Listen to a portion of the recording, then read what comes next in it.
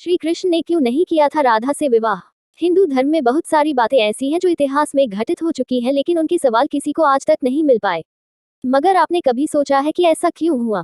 प्यार करने वालों के लिए जुदाई बनाई गई है, ये बात कहाँ से इस दुनिया में आई? क्या आपने सोचा है कि श्री कृष्ण चाहते तो अपना भाग्य बदलकर राधा से विवाह कर लेते? इन सभी सवालों के बीच हम आपको कुछ सवालों के जवाब देंगे कि कृष्णा जी ने राधा से विवाह क्यों नहीं किया और हर सच्चा प्यार अधूरा क्यों रह जाता है।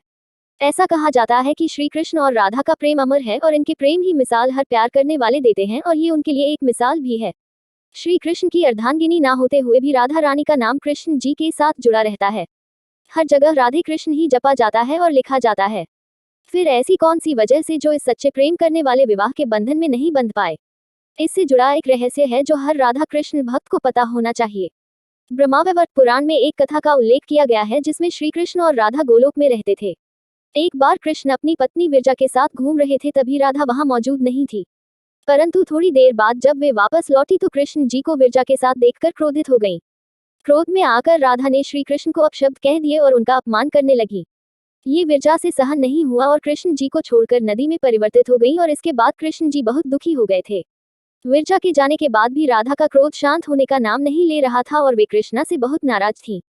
ये सब वहां खड़े कृष्ण के परम मित्र और सेवक सुदामा देख रहे थे और उनसे अपने प्रभु का अपमान सहा नहीं गया तो उन्होंने राधा को काफी रोकने की कोशिश की। इस पर राधा ने सुदामा को भी अपशब्द कह दिए और इस पर उन्हें क्रोध आ गया और उन्होंने राधा जी को अपमानित करना शुरू कर दिया। सुदामा का ऐसा व्यवहार राधा जी को अच्छा नहीं लगा और उन्होंने उन्हें श्राप दे दिया कि अगले जन्म में वे राक्षस योनि में जन्म लेंगे। राधा रानी के ऐसा कहते ही सुदामा ने उन्हें भी श्राप दे दिया कि वे अगला जन्म मनुष्य का लेंगी, लेकिन अपने प्रेमी कृष्ण को कभी प्राप्त नहीं कर पाएंगी।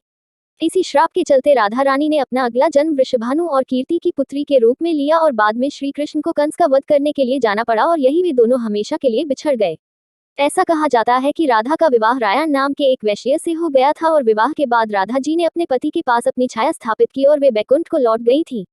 एक दूसरी कथा के अनुसार कृष्ण जी से अलग होने के बाद राधा रानी का विवाह अभिमन्यु के साथ हो गया था।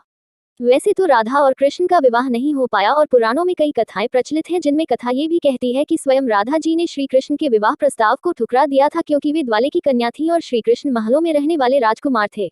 वहीं दूसरी ओर श्री कृष्ण और राधा एक ही हैं, उन दोनों का अस्तित्व एक ही है और ऐसे में कोई अपनी आत्मा के साथ विवाह कैसे कर सकता है? इस वजह से भी उनका विवाह नहीं हो पाया था।